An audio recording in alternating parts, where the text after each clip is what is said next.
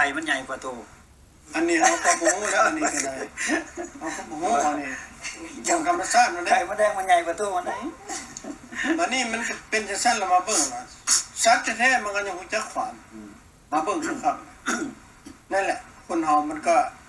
มีผู้ผิดผู้พลาดนั่นแหละมุติไปดอก นี่แหละจังว่าเพิ่นว่ามดแดงตัวน้อยไข่มันใหญ่กว่าโตมันก็ประเทศลาวเฮาน้อยๆนี่จะไปคิดว่าเฮาสิอยู่เป็นเอกราชบ่ได้ก็แต่ว่าเฮามีปัญญามีสติปัญญามีความรักความแพงความเมตตาสงสารต่อกันนั่นน่ะเอาขอรับใช้เนาะสบายดีเอาต่ออีกเอาต่อเอาส่วนๆนะ อันนี้มันเอาแรงเนาะ ก็แรง มันกับตัวนอะไรเขาจะมันนอนที่โป๊ะคนปอดเสียบกัน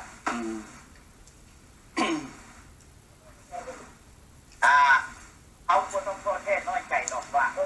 อันนี้มันเป็นแบบไม่เขาช่วยเขา อันนั้นละว่าเขาจะไปคิดว่าอันนี้แหละเขาเป็นการรุ่งขึ้นมันก็เป็นอันนี้ต้อง เป็นกำลังใจนะ ท่านทุกฝั่งเพิ่นเขาอยากไปเต็มต้องแต่เขานี่มันลงเพื่อนักเกี่ยวกันแล้ว นั่นแหละ นั่นแหละ ทุกมันจะทุกนักกัน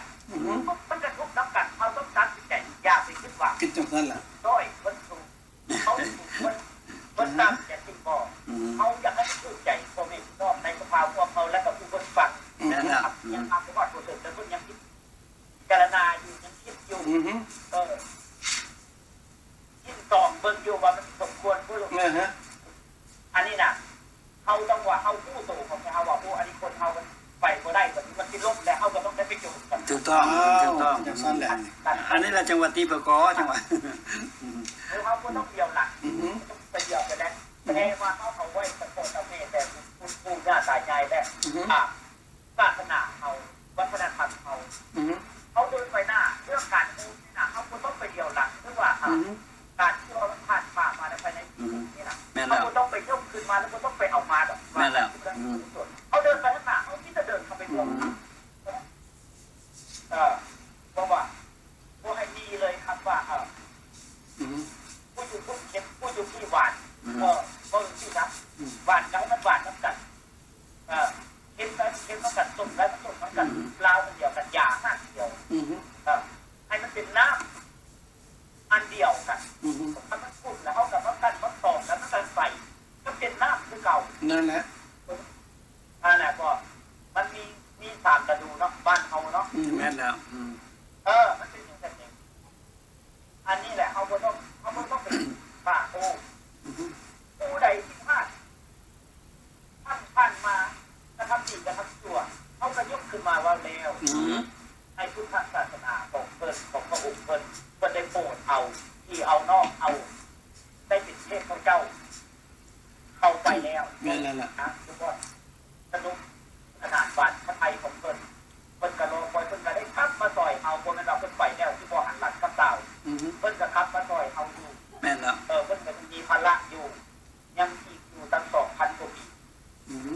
ตีน่ะบ่แม่นว่าเพิ่นบ่มาต่อยเฮานะเพิ่นต่อยแค่ต่อยว่าหลายเขาอีกได้หลายกว่าเฮาเพิ่นว่าเอานี่สนุกสนานขนาดเลยได้การว่าเฮาโหได้เฮามานี่น่ะแต่ว่ามาอยู่บ่อนสนุกสนานสุดแล้วแม่นแล้วยังได้พบคำเล่าของคนอันสูงส่งโดยที่ว่าบ่ได้ไปพ้นไปอยากไปพ้นทุกทรมานยังมีใครเสือครูแก้วแก้วกระป๋องปุ๊บนะเพิ่นเล่าถึงขนาดนั้นไหนพี่น้องเลยอันนี้นะบ่มีเลยอันที่ว่าคนจะไปยินตัวนี้นะไปยินคำเล่าของคนตัวนี้นะเขาถามว่าบางคนที่เห็นแล้วก็ยังเอาบ่ได้นั่นแหละยังเอาบ่ได้ยังบ่เอาว่าง่ายเกินไปมันก็แบบมันบ่ง่ายจังได๋เฮามาอยู่นี่นะบ่คนแม่นี่นะห้องน้ำก็อยู่ในบ้านในเมืองห้องนอนก็อยู่หันห้องกินก็อยู่นี่แม่นแล้วมันพูดตรงจะได้มาคิดพิจารณาพวกเราปัญญาวัดสวรรค์เมืองคนมันจะรู้ว่าได้กินน้ำร้อนเจ้าก็ได้กินอยากกินน้ำเย็นเจ้าก็ได้กินนั่นแหละถูกแล้วผมบ้านน่ะเขาเล่าถึงเบิดได้ผู้ขาน้อยใจก็น้อยใจตรงนี้แหละผู้ขาที่บัวได้ว่าบัวยินแต่ อือฮึ ถ้าผู้ขาดขึ้นใดพอมันยังที่เห็นอยู่เพื่อนบอกว่ายังเจ้าคนได้อยู่คนเดียวเนาะยังที่มีมาอีกอยู่ อือฮึ ถ้าน้อยนี่ก็ได้แล้วผู้ขาดว่าทำเป้าของเพิ่น อือฮึ ผู้ขาดจะแค่น่ะเป้านี่นะใช่ปะเจ้าคนได้คุกแต่เจ้าคนได้อยู่คนเดียวได้เพิ่นบอกนะ เนี่ยแหละ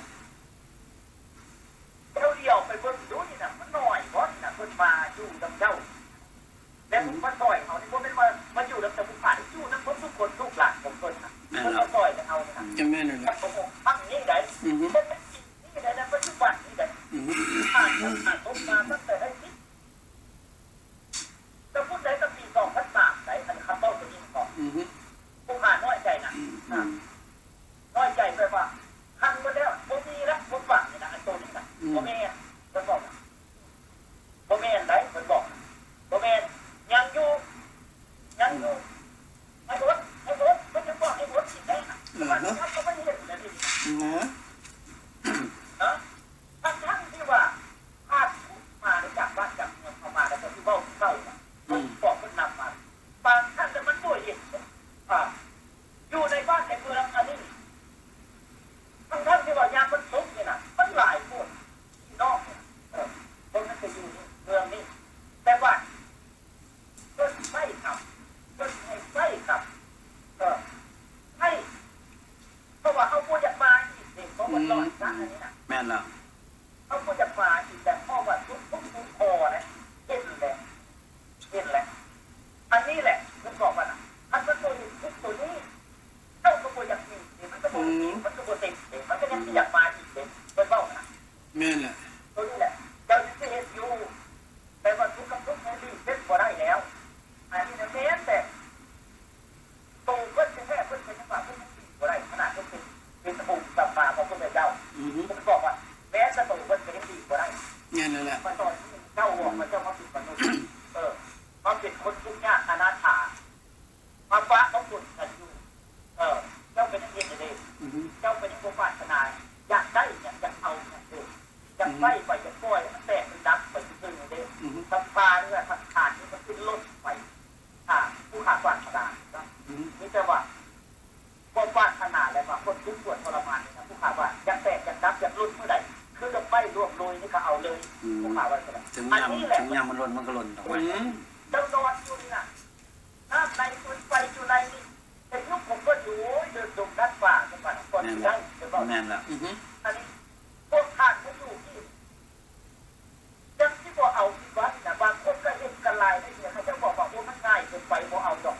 อันนี้แหละวันที่เขาคนที่ไพ่เขามาได้มาอยู่ในนี้ อือฮึ มันแตกจากบ้านแตกทางเข้าไปเนี่ยโลกมันยกขึ้นมาให้เอาขึ้นไปเลย แค่นั้นแหละ มันชุดแล้วทางโค้งคือว่า มันไปดอก มีแหละมีแต่ทางสื่อ ผู้ขาดมีแต่คนไพ่เนาะ โอเคเข้าใจแล้วเลย มาโยมมาโยต่อยกัน อือฮึนั่นแหละ ว่าอันนี้มันคิดไปแล้วพอคนต้องคิดมาตรงนี้ เป็นยัง เขาก็ต่อยกันเอง เออ เขาก็มาจบกันคือ คิดแล้วก็เปลี่ยนมีหยัง ขาดนอกของเขาเขาโชคดีเด้อ โอเคเอาสวัสดีกันทุกคนผู้ฟังท่านผู้ฟังอยู่คนลาวมันทุกคนแหละทั้งสปปลาวแหละทั้งทั่วโลกนะอยู่แคนาดาอยู่ฝรั่งเศสอยู่ออสเตรเลียอยู่ไซก็ตามทั่วโลกอยู่ในแม่ทุกคนในตั้งอกตั้งใจใส่มันให้เผากันมายกมาย่ออันนั้นเส้นทางไปสู่การโฮมลาวเนี่ยให้มันฮอดมันถึงให้มันจู้จอดฮอดถึงกันในมื้อนี้มื้ออื่นแล้วนะในวันบ่ได้ซักษาเสียเวลาเด้นี่แต่ว่ามันสิซาคำทางคือเพิ่นว่าว่าเด้เนาะ มันในบัญชีได้ชีดีแก้ประเทศชาติบ้านเมืองของเราช่วยกันนั่นแหละ ชมดอกไม้ดอกไม้ป่าอยู่บ่ได้เลยนี่มันแต่ว่าหน้าที่ของเฮาคือว่าคนลาวเฮาทุกคนเกิดมาน่ะหน้าที่ของคนลาวคือหน้าที่การโฮมลาวหน้าที่ของคนลาวคือการโฮมลาวเท่านั้นการโฮมลาวเป็นหน้าที่ของคนลาวทุกคนเนี่ยมันเป็นจังซั่นนี่ผู้กาเคยคือกันคือเพิ่นว่ามาสกี้นี่ล่ะแต่ว่าทุกคนว่ามัน2มัน3แม่นบ่คือโอ้หมดแล้วจังซั่นจังซี่น่ะผู้กาเคยคิดมาตลอดแต่ละยุคแต่ละระยะว่าซั่นบ่แม่นยุคนะบ่ทันกล่าวถึงยุคคันยุคมันใหญ่กว่าระยะแต่ระยะคือเมื่อตอนปี2000ผู้กาคิดว่า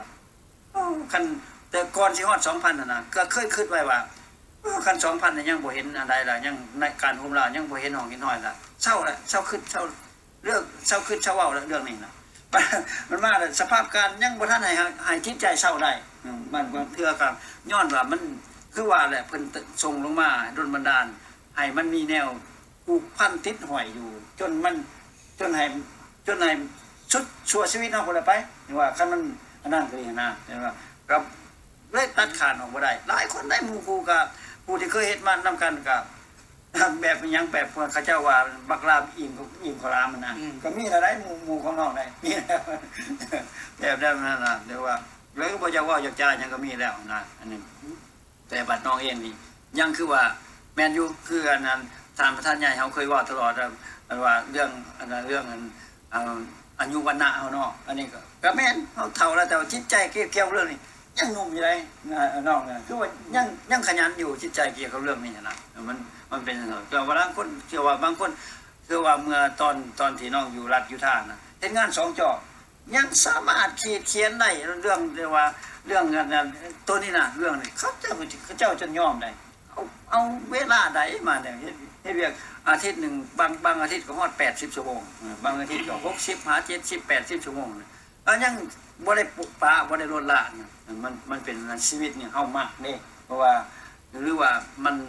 นเป็นพรสวรรค์บ่หรือว่าจังไดก็บ่ฮู้แต่ว่ามันบ่แม่นพรแสวงดอกเฮาก็บ่ได้แสวงหาสิ่งที่ความสุขส่วนตัวนะจึงว่าบ่แม่นพรแสวงคือเขาเจ้าเว้านะ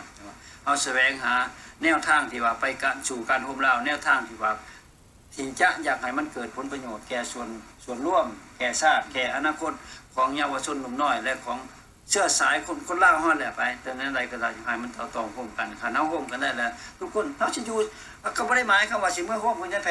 ผ่นดินตอนนั้นบ่คันเฮาร่วมกันได้ถูกต้องแล้วครับแปลว่าเฮาอยู่ไสเฮาก็มีความสุขเด้เฮามีเกียรติเด้มันบ่ชาติลาวของเฮามีเกียรติมันบ่ผู้ที่เป็นคนลาวก็มีเกียรติมีศักดิ์ศรีนะภูมิใจให้มันสมกับว่าจงภูมิใจเถิดที่เกิดมาเป็นลาวนะมันเป็นจังซั่นอันนี้ใช่ นักไปหามหยาบค่อยดึงไปแล้วเห็นเลยปล่อยจ่าไปนี่แหละไป จะว่ามาเกี่ยวใส่เรื่องที่ว่าทางโลกเพิ่นได้นั้นรับรู้รับห้องป้องและให้เอกสิทธิ์ว่ามันแค่นเป็นมรดกของลาวเป็นของลาวนั่นโอ้ยอันนี้ก็ดีใจหลายอีกเนาะภูมิใจที่สุดอีกวันนี้นะเพราะว่าอันนี้เฮาเว้าได้เต็มสมเต็มปากวันนี้ว่าอันอยู่เฮือนเสาเป่าเคล็ดล้ำกินข้าวเหนียวจำปลาแดกอยู่บนใดแล้วแม่นคนลาวอยู่บนนั้นว่าได้อีกวันนี้ว่า คนนี้นั่นนี่คือประวัติศาสตร์นี่ซะนะ แล้วว่าวันยังบ่เก่งกลัวอีกนะคันเจ้าคิดว่าเจ้าบ่เป็นของเราเจ้าก็เศร้าตีเป่าแคนเนาะอันน่ะเจ้าได้กินข้าวเหนียวนะโอ้ยแม่นดีใจหลายตัวนี้นะอันนี้เป็นข่าวที่ประเสริฐแต่ว่าเพิ่นผู้ออกข่าวที่เพิ่นว่าข่าวดีอันนี้ผู้กาเสียเป็นข่าวประเสริฐนะต่อไป